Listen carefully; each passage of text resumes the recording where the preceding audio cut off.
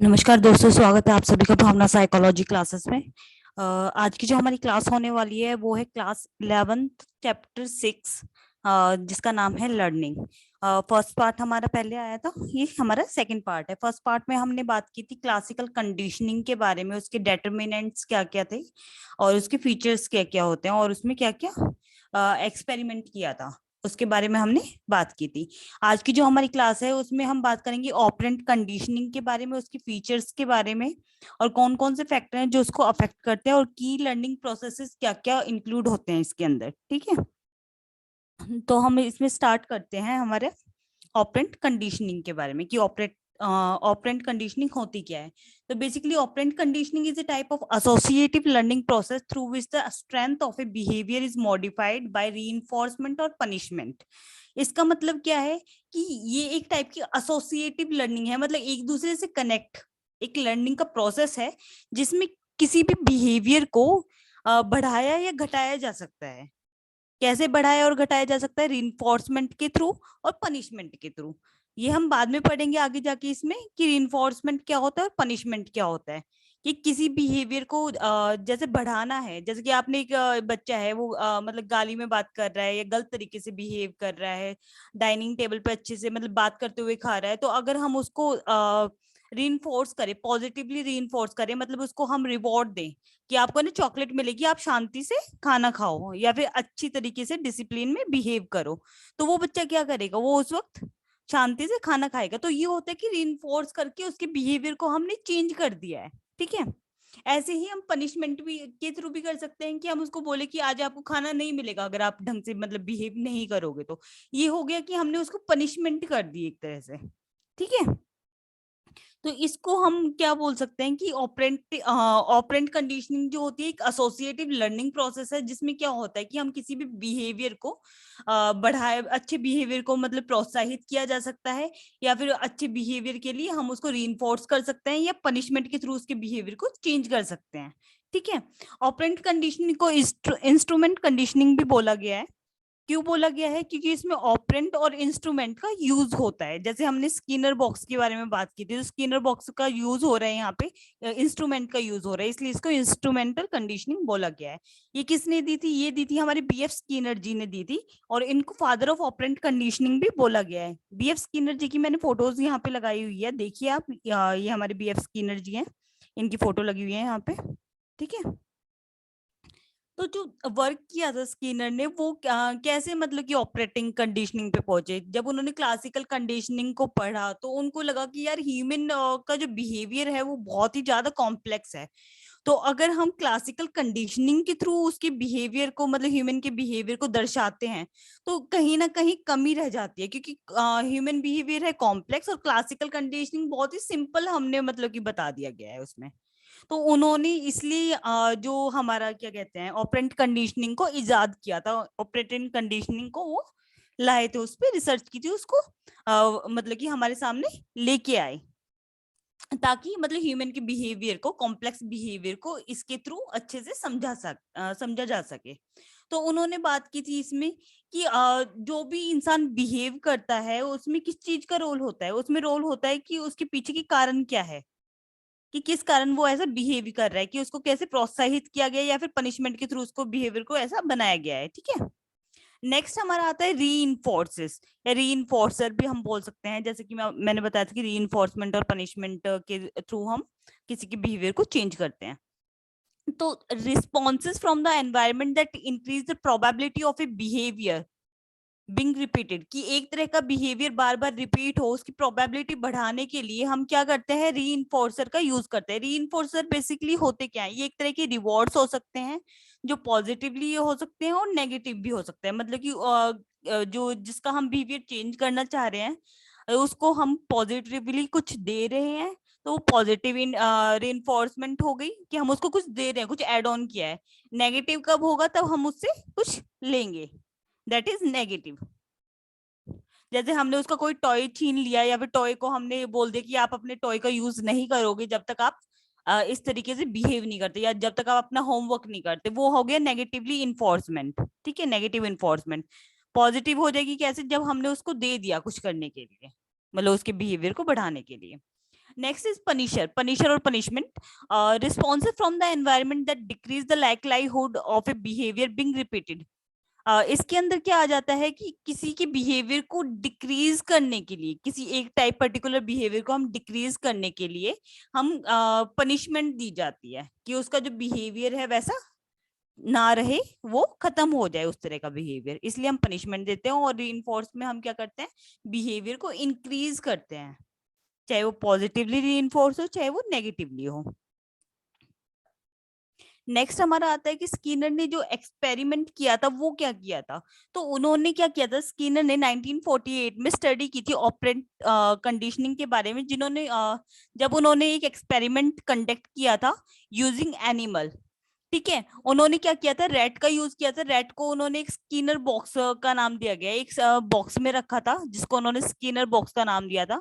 ठीक है, उसमें वो क्या कर रहे थे, उन्होंने क्या किया कि जो एनिमल को है ना, वो भूखा नहीं रखा, यहाँ पे उसको हंग्री नहीं रखा है, भूखा नहीं रखा है। यहाँ पे वो क्या कर रहे हैं, उसको पता लगा रहे हैं कि वो कैसे बिहेव करता है। मतलब उन्होंने एक बॉक्स में एक एनिमल को रखा है ताकि वो उसके बिहेवियर को रिसर्च कर सके, उसके बिहेवियर को की पड़ताल कर सके। ठीक है, उन्होंने एक चैम्बर में रख दिया है उसे।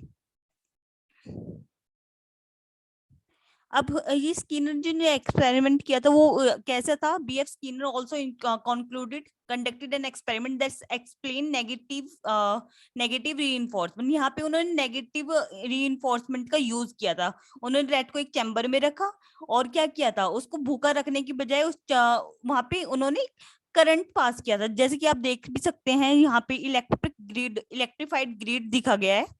तो इसके अंदर क्या है, इलेक्ट्रिफाइड ग्रिड, इसमें वो करंट पास कर रहे थे और वो ये चेक करना चाह रहे थे कि मैं बार बार उसको करंट दूंगा तो वो रेट कैसे बिहेव करेगा। यहाँ पे उसको भूखा नहीं रखा गया, यहाँ पे उसको मतलब करंट दिया गया है कि वो कैसे बिहेव करता है। करंट जब हम उसको देते हैं तो वो क्या मतलब कि उससे सीख जाएगा, मतलब करंट को सहना सीख जाएगा और मतलब नॉर्मल बिहेव करने लगेगा, या फिर वो कैसे वो करेगा, या फिर वो उस चीज को अवॉइड करने की कोशिश करेगा। अब ऑब्वियस सी बात है, यहाँ पे हम अवॉइड या एस्केप तो कर नहीं सकता। जो चूहा है यहाँ पे रेट है वो मतलब एस्केप नहीं कर सकता, अवॉइड भी नहीं कर सकता।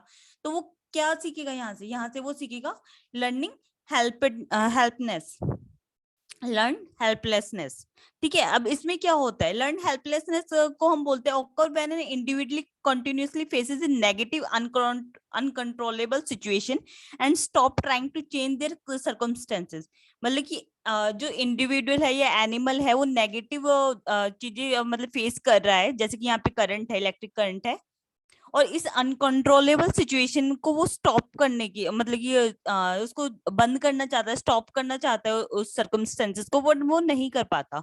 तो वो यहाँ पे क्या करेगा, तो वो क्या करेगा उससे मतलब कि उसकी तरीके से रहना सीख जाएगा ऑटोमेटिकली। तो इसको हम बोलते हैं लर्न हेल्पलेसनेस। ठीक है, कि वो उसकी अकॉर्डिंग ढल जाएगा वापस। नेक्स्ट हमारा है रीइंफोर्समेंट के बारे में हम पढ़ लेते हैं। रीइंफोर्समेंट में क्या था, पॉजिटिव थी और नेगेटिव थी। जैसा कि मैंने आपको पहले भी बताया, the most effective way to teach a person और animal a new behaviour is with positive reinforcement. Positive reinforcement के द्वारा हम क्या किसी भी पर्सन और एनिमल का बिहेवियर को हम चेंज कर सकते हैं। तो हम क्या करेंगे, जो डिजायर्ड स्टिमुलस होता है यानी कि रिवॉर्ड, हम वहां पे किसी के बिहेवियर को अच्छा करने के लिए, इंक्रीज करने के लिए किसी पर्टिकुलर बिहेवियर को वहां पे हम रिवॉर्ड रख सकते हैं, डिजायर स्टिमुलस रख सकते हैं। जैसे कि हम अपने 5 साल के बच्चे को ये बोल सकते हैं कि अगर वो रूम क्लीन करेगा तो हम उसको रिवॉर्ड देंगे। ठीक है, तो वो क्या करता है, फटाफट रूम क्लीन कर देता है। उसको रिवॉर्ड बता दी कि हाँ आपको चॉकलेट मिलेगी, आपने फटाफट क्लीन करना है, या फिर आपने फटाफट मतलब बात लेके आना है क्योंकि आपने बाहर जाना है, और फिर आपको मतलब घूमने को मिलेगा अगर आप नहा के आओगे फटाफट। तो वो बच्चा क्या करता है, फटाफट मतलब कि लालच के चक्कर में, या फिर डिजायरेबल जो स्टिमुलस है, यहाँ पे रिवॉर्ड है, पॉजिटिव रीइंफोर्समेंट जो दी गई है उसे, उसके चक्कर में वो क्या करता है, फटाफट अपना काम कर देता है। तो हमने उसके बिहेवियर को इंक्रीज कर दिया है, कैसे, पॉजिटिव रीइंफोर्स करके। अब नेगेटिव रीइंफोर्स क्या होगा, कि जब अनडिजायरेबल स्टिमुलस को हमने क्या कर दिया है, यहाँ पे रिमूव किया है किसी बिहेवियर को इंक्रीज करने के लिए। यहाँ पे हम बिहेवियर को इंक्रीज कर रहे हैं, तो यहाँ पे हमने क्या किया है, जैसे कि आपने कार में देखा होगा कि बिप बिप की साउंड आती ही रहती है जब तक कि आप सीट बेल्ट नहीं लगा लेते। तो हमने उस बिप बिप की साउंड को मतलब एस्केप करने के लिए या उसको अवॉइड करने के लिए हमने क्या किया है, हमने बेल्ट को लगा लिया है। तो ये होगी नेगेटिव रीइंफोर्समेंट कि एक चीज आपको बार बार मतलब कि बोली जा रही है कि ताकि आप उस चीज को अवॉइड कर दो या फिर उस अच्छे वाले बिहेवियर को अडॉप्ट कर लो। इसका दूसरा मैं एग्जांपल बताऊंगी कि आपने अपने घर पे देखा होगा कि आपकी मम्मी है, जब आप कुछ गलत काम करते हो आपको टॉन्ट करती है, टेंट्रम शो करती है आपको, मतलब टॉन्ट करेगी। तो क्या होता है कि जब मम्मा ने डांट लगाई तो आपका बिहेवियर चेंज हो जाता है वहां से, और आप उस चीज को अवॉइड कर लेते हो, वो काम कर लेते हो जो आप नहीं कर रहे थे पहले। जैसे कि अगर आपकी मम्मी ने बोला कि हाँ ये काम कर दो, पढ़ाई कर लो, आप नहीं करना चाह रहे हो, आप लेजीनेस दिखा रहे हो, तो आपकी मम्मी ने आपको दो चार टॉन्ट किए, टेंट्रम वो किए, मतलब गुस्सा किया आप पे, ताने दिए। तो आपने क्या सोचा, यार इससे अच्छा तो मैं पढ़ ही लेता हूँ ताने सुनने से अच्छा तो बेटर है कि मैं पढ़ लेता हूँ। तो आप वो चीज करने लग जाते हो। ये होता है नेगेटिव री, ठीक है। नेक्स्ट हमारा है पनिशमेंट। पनिशमेंट क्या होती है, पॉजिटिव भी हो सकती है और नेगेटिव भी हो सकती है। तो many people confuse between negative reinforcement and punishment, कि नेगेटिव रीइंफोर्समेंट और पनिशमेंट में कंफ्यूजन हो जाती है मतलब बच्चों को कि ये एक ही होते हैं, बट ये डिफरेंट है। इसके अंदर ये ध्यान रखने वाली बात होती है कि जब नेगेटिव होती है, रीइंफोर्समेंट नेगेटिव होती है, वो किसी बिहेवियर को इंक्रीज करने के लिए होती है, ठीक है। ये आपके बिहेवियर को, किसी पर्टिकुलर बिहेवियर को इंक्रीज करने के लिए ही होती है नेगेटिव रीइंफोर्समेंट, ठीक है, और पॉजिटिव भी। लेकिन पनिशमेंट में क्या होता है, उस बिहेवियर को डिक्रीज करने के लिए होता है। पनिशमेंट में आपकी क्या आ सकती है कि आप किसी भी चीज को रिमूव कर रहे हो वहां से, आपका मतलब कि कोई फेवरेट टॉय आपसे छीन लिया गया है कि जब तक आप पढ़ोगे नहीं आपको ये नहीं मिलेगा। वो क्या होगी, नेगेटिव पनिशमेंट हो गई कि आपसे कोई पर्टिकुलर चीज छीन ली गई है आपके किसी पर्टिकुलर बिहेवियर को डिक्रीज करने के लिए, ठीक है। और यहीं पे अगर पॉजिटिव कैसे होगी, कि आपको कोई काम दे दिया गया है किसी चीज को डिक्रीज करने के लिए, किसी पर्टिकुलर बिहेवियर को डिक्रीज करने के लिए। जैसे कि आप अपने भाई से लड़ रहे हो या आपने अपने छोटे भाई को मारा, तो आपकी मॉम आपको बोल सकती है या टीचर बोल सकती है, फादर बोल सकते हैं, कोई भी बोल सकता है कि आपने 100 टाइम्स लिखना है, आपको ये काम दे दिया गया कि 100 टाइम्स लिखना है कि मैं अपने भाई पे हाथ नहीं उठाऊंगा। तो ये आपको एक काम दिया है या फिर आपको डांट पड़ी है, आपको कुछ दिया गया है आपके पर्टिकुलर बिहेवियर को डिक्रीज करने के लिए, ठीक है। तो ये हमारे नेगेटिव पनिशमेंट है। और एक ही पॉजिटिव है, पॉजिटिव कब, जब आपको कुछ दिया जाता है आपके पर्टिकुलर बिहेवियर को डिक्रीज करने के लिए। और नेगेटिव पनिशमेंट कब, जब आपसे कोई चीज ले ली जाती है आपके पर्टिकुलर बिहेवियर को डिक्रीज करने के लिए। मतलब पनिशमेंट में आपका बिहेवियर डिक्रीज ही हो रहा है और रीइंफोर्समेंट में इंक्रीज ही किया जाता है, ठीक है। आई होप आपको इसमें कोई कंफ्यूजन नहीं होगी, ठीक है। नेक्स्ट हमारा है डेटर्मिनेंट्स और फैक्टर अफेक्टिंग ऑपरेंट कंडीशनिंग, कि कौन कौन से फैक्टर हैं जो कंडीशनिंग को अफेक्ट करते हैं, ठीक है, या डेटर्मिनेंट्स भी बोल सकते हैं। तो इसमें डिपेंड करता है कि आपकी रीइंफोर्समेंट की टाइप कौन सी है, आप पॉजिटिव रीइंफोर्समेंट यूज कर रहे हो, नेगेटिव यूज कर रहे हो, ठीक है। तो पॉजिटिव रीइंफोर्सेस कौन से हो जाते हैं, जो आपकी नीड्स को सेटिस्फाई करते हैं, जो आपकी प्राइमरी नीड्स आती है उसको सेटिस्फाई करते हैं, जैसे फूड हो गया, वाटर हो गए, मेडल्स हो गए, प्रेज हो गया, मनी हो गया, स्टेटस हो गया, इन्फॉर्मेशन हो गया, ये सारे आपके पॉजिटिव रीइंफोर्सेस हैं। मतलब कि आपको कुछ ना कुछ मिल रहा है यहाँ पे, ठीक है, ये पॉजिटिव रीइंफोर्सेस हो गए। नेगेटिव रीइंफोर्सेस कौन से होंगे, कि कोई भी अनप्लेजेंट और पेनफुल स्टिमुलस, मतलब कुछ भी नेगेटिव ऐसी चीज जो आपको, जैसे इलेक्ट्रिक शॉक हो गया, आपको दिया जा रहा है, इलेक्ट्रिक शॉक दिया जा रहा है, या फिर आपको डांटा जा रहा है किसी बात के लिए, तो आपके पर्टिकुलर बिहेवियर को इंक्रीज करने के लिए आपको यहाँ पे डाटा जा रहा है, ठीक है, वो वहां पे नेगेटिव रीइंफोर्सेस हो जाएंगे। तो response that lead organism to get rid of painful stimulus और avoid and escape from them provide negative reinforcement. जब आपको कोई भी नेगेटिव रीइंफोर्समेंट दिया जाता है किसी सिचुएशन से अवॉइड और एस्केप करने के लिए, तो उसको हम बोलते हैं क्या, टाइप ऑफ रीइंफोर्समेंट। यहाँ पे हम बात कर रहे हैं कि हम पॉजिटिव रीइंफोर्सेस भी यूज कर सकते हैं जहाँ पे आपको कुछ दिया जाएगा, और नेगेटिव रीइंफोर्सेस भी यूज कर सकते हैं यहाँ पे जिससे आप बचना चाहेंगे, उस सिचुएशन को अवॉइड करना चाहोगे। तो जब हमें नेगेटिव रीइंफोर्समेंट मिलता है हम कुछ ना कुछ सीखते हैं वहां से, और वहां से हम क्या सीख रहे हैं कि उस चीज को या तो अवॉइड कर दो या वहां से भाग जाओ, या तो इग्नोर करो या भाग जाओ। बचने के तरीके निकाल लो या तो। अब जैसे कि मैं एग्जांपल दूंगी तो आपको ये क्लियर हो जाएगा टाइप्स ऑफ रीइंफोर्समेंट में कि पॉजिटिव और नेगेटिव क्या है।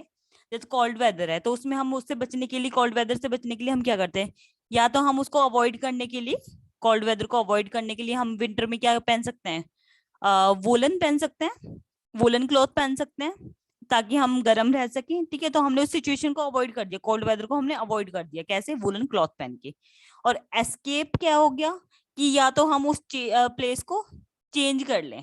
ठीक है, वोलन क्लॉथ या हीटर यूज करना हो गया अवॉइड करना, उस सिचुएशन को हमने अवॉइड कर दिया या हम उससे बच गए। ठीक है, एस्केप हो गया कि हम उससे बचने के लिए, हम इससे इतने डरे हुए हैं उस कोल्ड वेदर से, हमने प्लेस ही चेंज कर लिया है, वो हो गया एस्केप, भागना वहां से। ठीक है, तो यहाँ पे डिपेंड करता है कि टाइप्स ऑफ रीइंफोर्समेंट आप कौन सा यूज कर रहे हो। ठीक है, ये फैक्टर है अफेक्टिंग ऑपरेंट कंडीशनिंग कि पॉजिटिव रीइंफोर्सेस यूज कर रहे हो या नेगेटिव यूज कर रहे हो। नेगेटिव यूज करोगे तो अवॉइडेंस एंड एस्केप आ जाएगा यहाँ पे। ठीक है, उससे हम क्या लर्न करते हैं, अवॉइडेंस और एस्केप नेगेटिव रीइंफोर्समेंट से। और पॉजिटिव से हम क्या सीखते हैं कि हमें रिवॉर्ड मिलेगा अगर हम ऐसा करेंगे तो। ठीक है, मतलब अडेप्ट करना सीखेंगे सिचुएशन से। तो सेकंड डिपेंड करता है हमारे फैक्टर की नंबर ऑफ रीइंफोर्समेंट, कि कितने हमने रीइंफोर्समेंट दिए हैं। ठीक है, तो it refers to the number of trial on which an organism has been reinforced और rewarded. The course of operant conditioning usually accelerated to an extent as the number, amount, quality और reinforcement increases. ये depend करता है कि number of reinforcement, कितने reward दिए गए हैं, उनकी क्वालिटी क्या रहेगी। मतलब छोटा सा रिवॉर्ड दे दिया उसके लिए तो हम अपना बिहेवियर नहीं चेंज करेंगे, हम जिद्दी बच्चे होते हैं। ठीक है तो हमें अगर कोई अच्छा सा रिवॉर्ड मिलेगा, जैसे कि मैंने मांगा कि मेरे को लैपटॉप चाहिए कि अगर मेरे 80% से ऊपर मार्क्स आते हैं, तो पेरेंट्स ने मुझे बोला कि हाँ हम दे देंगे, तो हम मैं अपना बिहेवियर चेंज करने के लिए कोशिश करूंगी, क्योंकि उसका अमाउंट भी ज्यादा है। ठीक है, क्वालिटी भी अच्छी है उस चीज की, जो चीज मैं डिमांड कर रही हूँ, और उसकी जो क्वालिटी है वो अच्छी है। ठीक है, यहाँ पे यहीं पे अगर मेरे पेरेंट्स ने मुझे बोला होता कि यार आपको आइसक्रीम का डब्बा मिलेगा, आपने 80% मार्क्स लाने, तो मैं क्या सोचूंगी, यार मैं अपने पॉकेट मनी से नहीं ले आऊंगी। ये तो मतलब कि और वही बात हो गई कि इतनी सारी मेहनत करो और मिलेगा कुछ भी नहीं आखिरी में। तो डिपेंड करता है कि आपको कितने सारे रिवॉर्ड मिल रहे हैं, उनकी क्वालिटी क्या है, कितनी क्वांटिटी में मिल रहे हैं, और उसका अमाउंट क्या है इन्फोर्समेंट का। ठीक है, तो ये भी एक फैक्टर होता है ऑपरेंट कंडीशनिंग में हमारे बिहेवियर को मतलब कि चेंज करने के लिए। नेक्स्ट हमारा आता है शेड्यूल्स ऑफ रीइंफोर्समेंट, की शेड्यूल्स क्या क्या है, कि कंटिन्यूअस है रीइंफोर्समेंट या इंटरमिटेंट है। मतलब कि जितनी बार आप पॉजिटिवली बिहेव करते हो, पॉजिटिव बिहेव करते हो, तब आपको हमेशा रिवॉर्ड मिल रहा है, रीइंफोर्समेंट मिल रही है, तो वो कंटिन्यूअस है। और अगर आपको ऐसा नहीं हो रहा है, कभी आपको दे दिया गया है, कभी आपको नहीं दे दिया जाता, मतलब रिवॉर्ड अच्छा बिहेव करने के बावजूद भी कभी आपको दे दिया, कभी नहीं दिया, उसको हम बोलेंगे इंटरमिटेंट। ठीक है, इंटरमिटेंट मतलब कि रीइंफोर्समेंट। ठीक है, तो इसमें क्या होता है कि जब हमें इंटरमिटेंट रीइंफोर्समेंट दी जाती है, तो हम क्या करते हैं, हम उस चीज से क्या करने की कोशिश करते हैं, मतलब कि उससे बचने की कोशिश करते हैं। मतलब कि हम क्या होते हैं, उस चीज को रेजिस्ट करने की कोशिश करते हैं। ठीक है,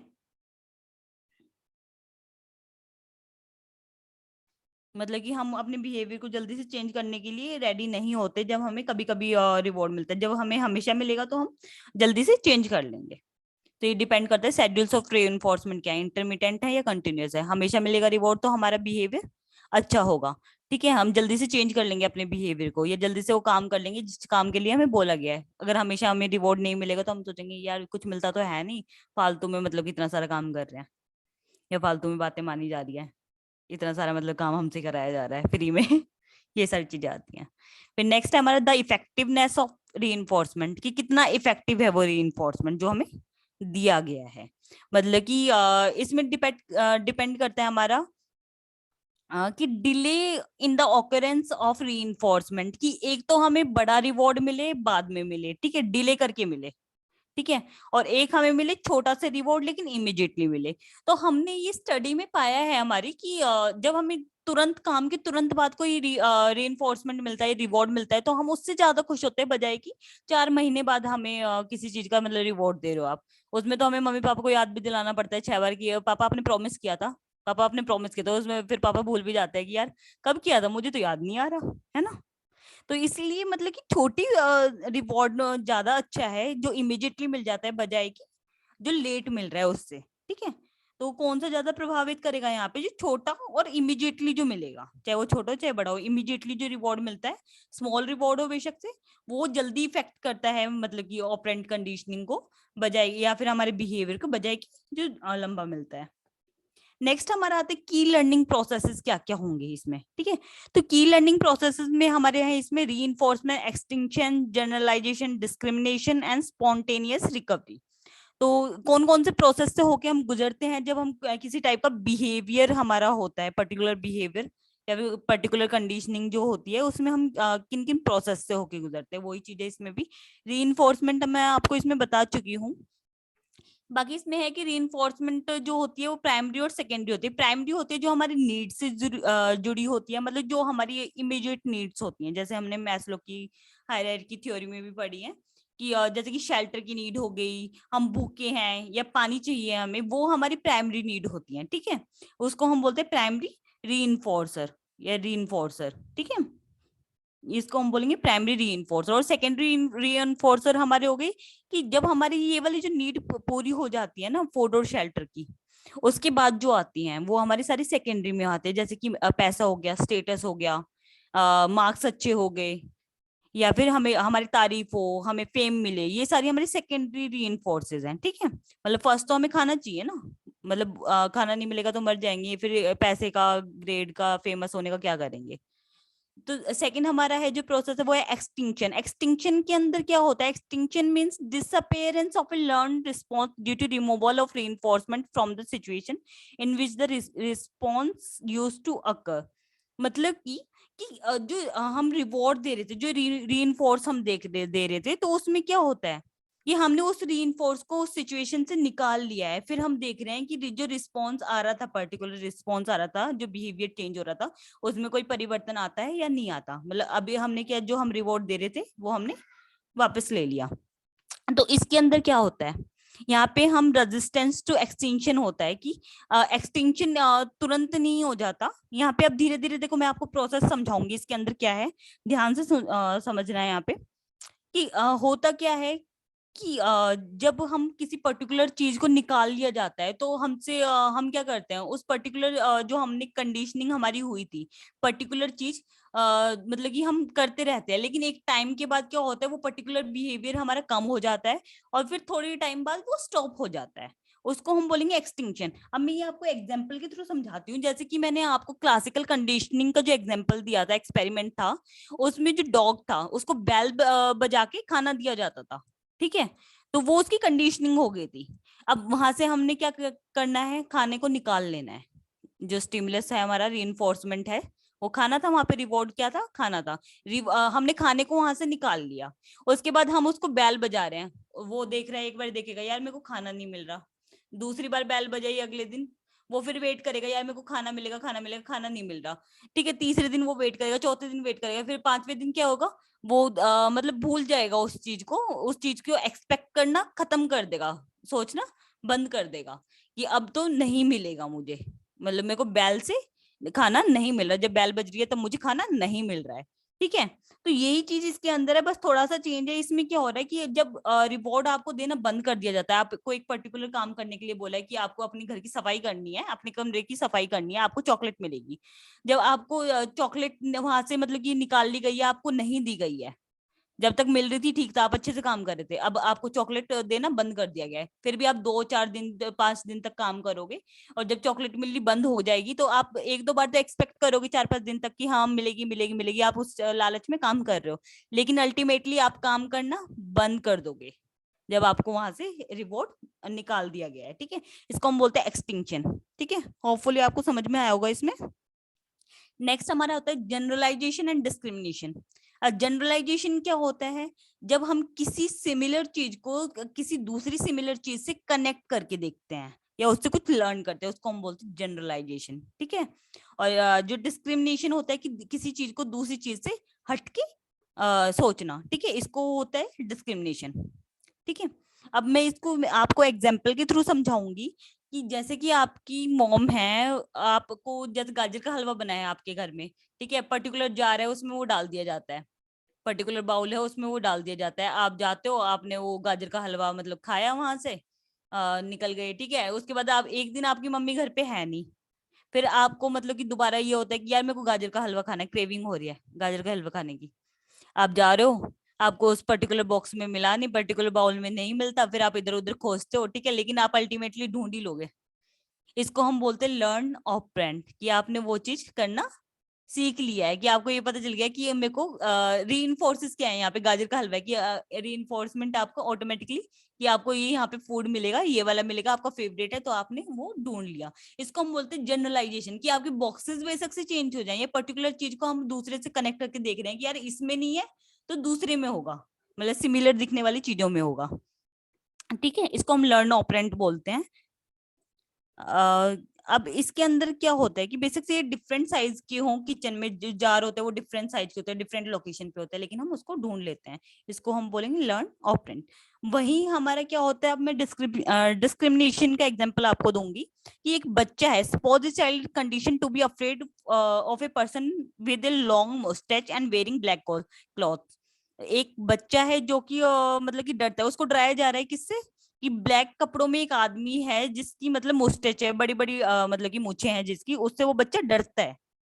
अब क्या होगा कि दूसरा पर्सन जो उसको वैसा ही दिखेगा वो उससे डरेगा, ये तो हो गया जनरलाइजेशन कि वो सेम पर्सन से डर रहा है, ठीक है।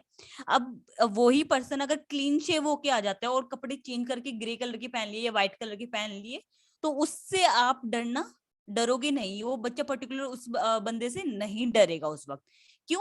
वो डिस्क्रिमिनेट करके देख रहा है, उससे अलग सोच रहा है कि ये पर्सन वो पर्सन नहीं है जिससे मुझे डरना चाहिए। कि उसको सिखाया गया यार जो दाढ़ी मूछे वाले बंदे होते हैं ना, या काले कपड़ों में होते हैं, वो भूत होते हैं, या फिर वो तुम्हें मार देंगे, डरा देंगे, मतलब कि वो आपको डांटेंगे, इस तरीके से उसको सिखाया गया है, तो वो उससे डर रहा है। तो वो सिमिलर किसी भी बंदे को देखेगा ना उस गेटअप में तो वो डरेगा, अगर उससे हटके गेटअप में देखेगा तो वो नहीं डरेगा, वो डिस्क्रिमिनेट करके देख लेता है।